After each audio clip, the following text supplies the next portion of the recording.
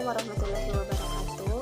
Perkenalkan, nama saya Lara Dwi Lestari dengan NPM 2111060044. Saya berasal dari Fakultas Tarbiyah dan Keguruan jurusan Pendidikan Biologi kelas C.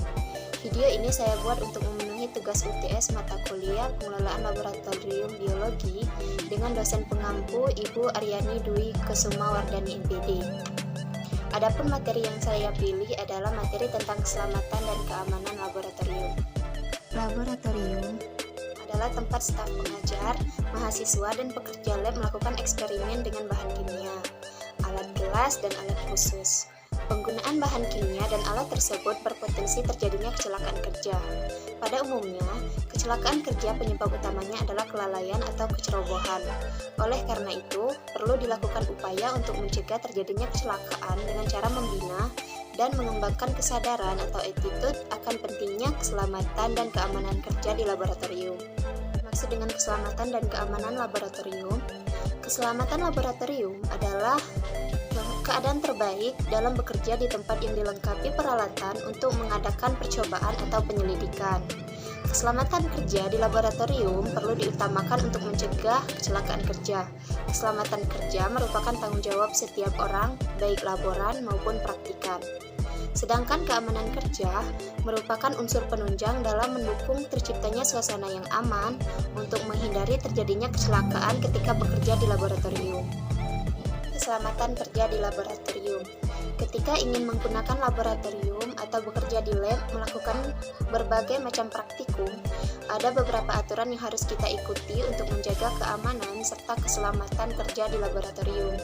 Beberapa aturan yang harus kita ikuti adalah yang pertama, minum susu sebelum dan sesudah memasuki atau menggunakan ruangan lab dengan tujuan untuk menetralisir racun yang mungkin terserap oleh tubuh. Yang kedua, menggunakan perlengkapan lab seperti baju lab, masker, dan sarung tangan untuk melindungi tubuh dari berbagai hal yang tidak diinginkan.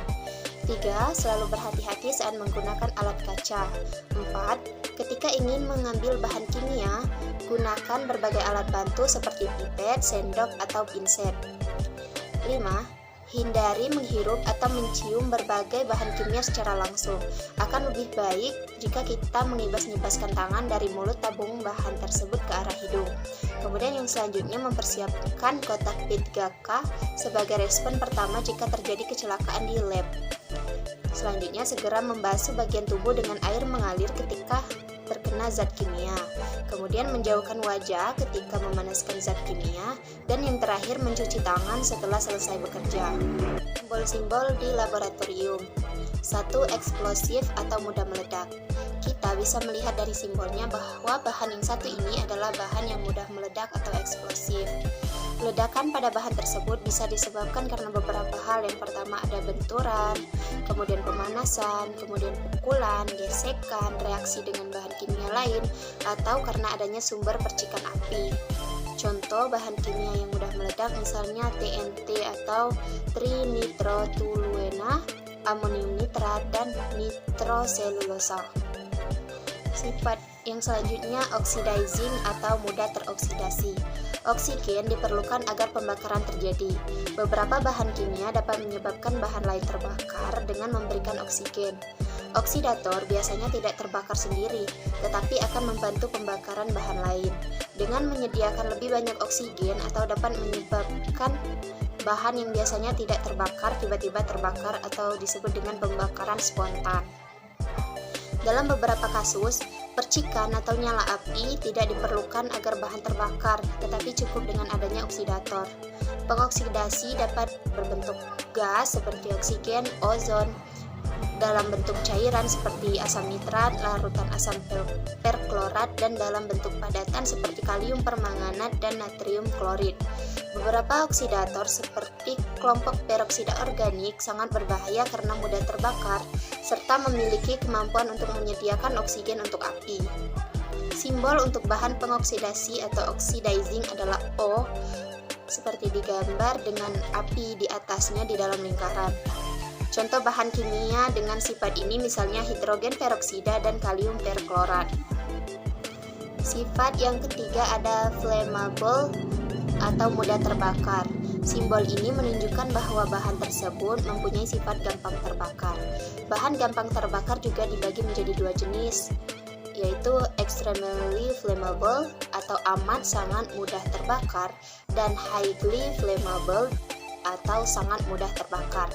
Adapun beberapa contoh bahan yang bersifat flammable dapat diklasifikasikan sebagai berikut. Yang pertama, zat yang terbakar langsung, contohnya aluminium alkyl fosfor. Keamanannya, hindari kontak bahan dengan udara. Kemudian ada gas amat mudah terbakar, contohnya butan dan propane.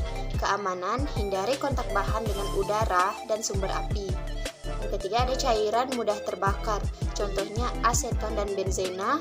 Keamanan, jauhkan dari sumber api atau loncatan bunga api. Dan yang terakhir ada zat sensitif terhadap air, yakni zat yang membentuk gas mudah terbakar bila kena air atau api. Sifat yang keempat yaitu toksik atau beracun. Simbol ini menunjukkan sebuah bahan kimia mempunyai sifat beracun. Keracunan yang diakibatkan bahan kimia tersebut bisa akut dan kronis, hingga bisa menyebabkan kematian pada konsentrasi tinggi. Contohnya yaitu arsen triklorida dan merkuri klorida. Kemudian yang kelima ada korosif. Simbol ini berarti bahan kimia yang bersifat korosif dan dapat merusak jaringan hidup. Dalam melihat tingkat keasaman dari sebuah bahan kimia, maka kita bisa tahu jika bahan tersebut bersifat korosif atau tidak. pH dari bahan bersifat korosif lazimnya berada pada kisaran kurang dari 2 atau lebih dari 11,5. Contohnya belerang, oksida, dan klor. Sifat yang keenam ada harmful dan iritan, bahaya iritasi. Simbol yang satu ini dibagi menjadi dua kode, yaitu kode XN untuk harmful dan kode XI untuk iritan. Kode XN akan menunjukkan resiko kesehatan jika masuk melalui pernapasan atau inhalasi, melalui mulut atau ingestion, dan melalui kontak kulit. Contoh bahan dengan kode XN ini misalnya peridin. Untuk kode XI menunjukkan resiko inflamasi jika bahan kontak langsung dengan kulit dan selaput lendir. Contoh untuk kode XI ini amonia dan benzil klorida. Kemudian sifat yang terakhir ada dangerous for environmental atau bahaya atau bahan berbahaya bagi lingkungan. Simbol yang satu ini menunjukkan bahayanya suatu bahan jika dilepaskan ke lingkungan. Melepasnya langsung ke lingkungan, baik itu ke tanah, udara, perairan, atau mikroorganisme dapat menyebabkan kerusakan ekosistem. Contoh dari ini yaitu ada tetraklorometan, tributil timah klorida, dan petroleum bensin. Peralatan pelindung diri. Yang pertama ada jas laboratorium atau disebut dalam bahasa Inggris lab coat. Ini berfungsi melindungi badan dari percikan bahan kimia berbahaya. Jenisnya ada dua, yaitu jas lab yang sekali pakai dan jas lab berkali-kali pakai. Jas lab sekali pakai umumnya digunakan di laboratorium biologi dan hewan, sementara jas lab berkali-kali pakai digunakan di laboratorium kimia. Jas lab juga dibagi menjadi beberapa, yaitu yang pertama ada flame resistant lab coat, yaitu jas lab yang bahannya dilapisi material tahan api. Jas lab jenis ini cocok digunakan untuk mereka yang bekerja dengan peralatan atau bahan yang mengeluarkan panas, misalnya peleburan sampel tanah, pembakaran menggunakan tanur bersuhu tinggi, dan reaksi kimia yang mengeluarkan panas. Kemudian jenis jas lab yang kedua ada 100% cotton lab coat. Ini adalah jas lab yang biasanya digunakan di laboratorium kimia umum, misalnya lab kimia pendidikan. Jas lab ini diperkirakan memiliki umur pakai sekitar 1-2 tahun. Setelah melewati waktu pakai tersebut, jas ini rentan rusak karena pengaruh bahan kimia asam. Kemudian yang terakhir ada synthetic atau cotton blends. Jas lab yang satu ini bisa terbuat dari 100% polyester atau campuran polyester atau cotton. Seperti halnya cotton lab coat, jas lab ini digunakan di laboratorium kimia umum. Kemudian yang kedua ada kacamata keselamatan. Percikan larutan kimia atau panas dapat membahayakan mata orang yang bekerja di laboratorium. Oleh karena itu, mereka harus menggunakan kacamata khusus yang tahan terhadap potensi bahaya kimia dan panas. Kacamata tersebut terbagi menjadi dua jenis, yaitu clear safety glasses dan clear safety goggles. Clear safety glasses merupakan kacamata keselamatan biasa yang digunakan untuk melindungi mata dari percikan larutan kimia atau debu. Sedangkan clear safety goggles digunakan untuk melindungi mata dari percikan bahan kimia atau reaksi kimia berbahaya. Yang ketiga ada sepatu. Sandal atau sepatu dilarang digunakan ketika Anda bekerja di laboratorium. Mengapa? Karena keduanya tidak bisa melindungi kaki Anda ketika larutan atau bahan kimia ada yang tumpah. Sepatu biasa umumnya sudah cukup untuk digunakan sebagai pelindung. Namun, di laboratorium perusahaan besar, sepatu yang digunakan adalah sepatu keselamatan yang tahan api dan tekanan tertentu. Selain itu, terkadang disediakan juga plastik alas sepatu untuk menjaga kebersihan laboratorium jika sepatu tersebut digunakan untuk keluar dari laboratorium. Yang keempat ada pelindung muka. Seperti namanya, pelindung muka atau face shield digunakan untuk melindungi muka dari panas, api, dan percikan material panas. Alat ini biasa digunakan saat mengambil alat laboratorium yang dipanaskan di tanur suhu tinggi, melebur sampel tanah di alat peleburan skala lab, dan mengambil peralatan yang dipanaskan dengan autoclave. Yang kelima, ada masker gas. Bahan kimia atau reaksi kimia yang dihasilkan bisa mengeluarkan gas berbahaya. Oleh karena itu, masker gas sangat cocok digunakan oleh Anda sehingga gas berbahaya tersebut tidak terhirup. Dilihat dari jenisnya, masker gas bisa berupa masker gas biasa yang terbuat dari kain dan masker gas khusus yang dilengkapi material penghisap gas. Masker gas biasa umumnya digunakan untuk keperluan umum, misalnya membuat larutan standar.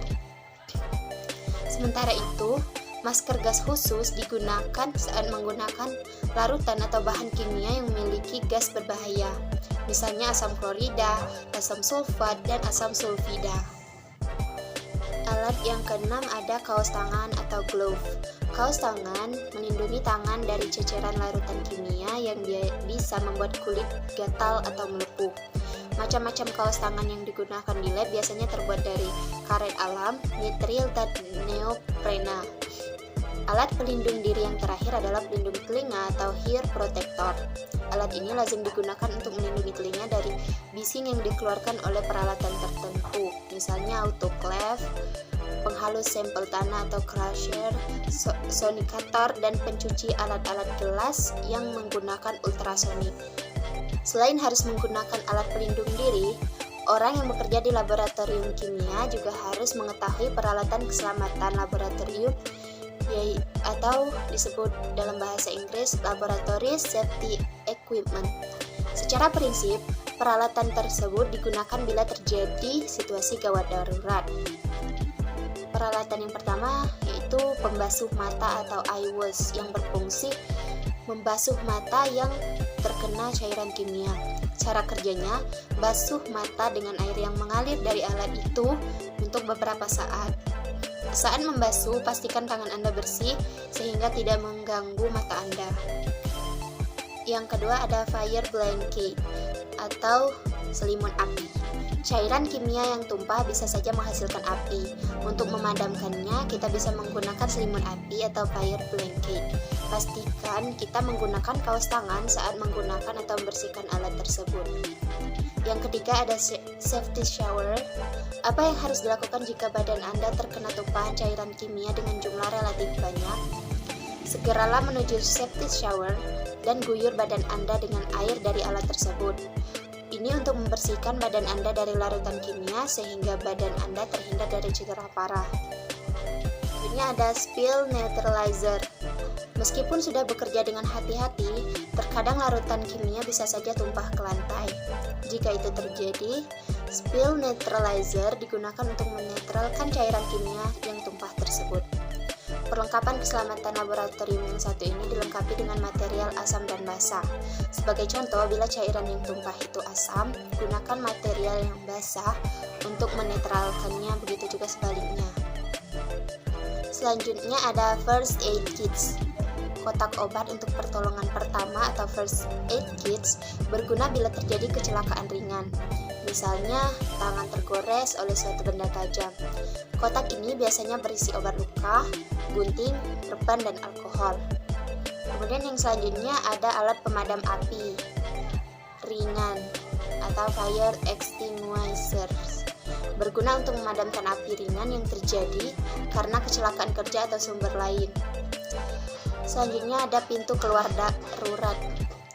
Laboratorium sebaiknya dilengkapi juga dengan pintu keluar untuk mengantisipasi keadaan darurat, misalnya gempa bumi atau kebakaran. Pintu ini khusus untuk digunakan dalam keadaan darurat saja dan tidak boleh digunakan untuk keperluan umum. Kemudian yang terakhir ada ruang asam atau fume hood. Ruang asam ini digunakan untuk mengambil larutan kimia yang memiliki gas berbahaya. Contoh gas berbahayanya aseton, asam sulfat, asam klorida, dan sebagainya. Atau juga mereaksikan larutan-larutan tersebut. Ruang asam ini dilengkapi dengan penghisap sehingga gas berbahaya yang dikeluarkan larutan kimia akan dihisap dan dinetralkan sebelum dibuang ke lingkungan. Ketahui tentang keselamatan dan keamanan kerja di laboratorium, kita bisa meminimalisir kecelakaan kerja atau potensi bahaya yang ada dalam lab tersebut. Mungkin itu saja materi yang dapat saya sampaikan. Lebih dan kurang saya mohon maaf. Saya akhiri. Wassalamualaikum warahmatullahi wabarakatuh.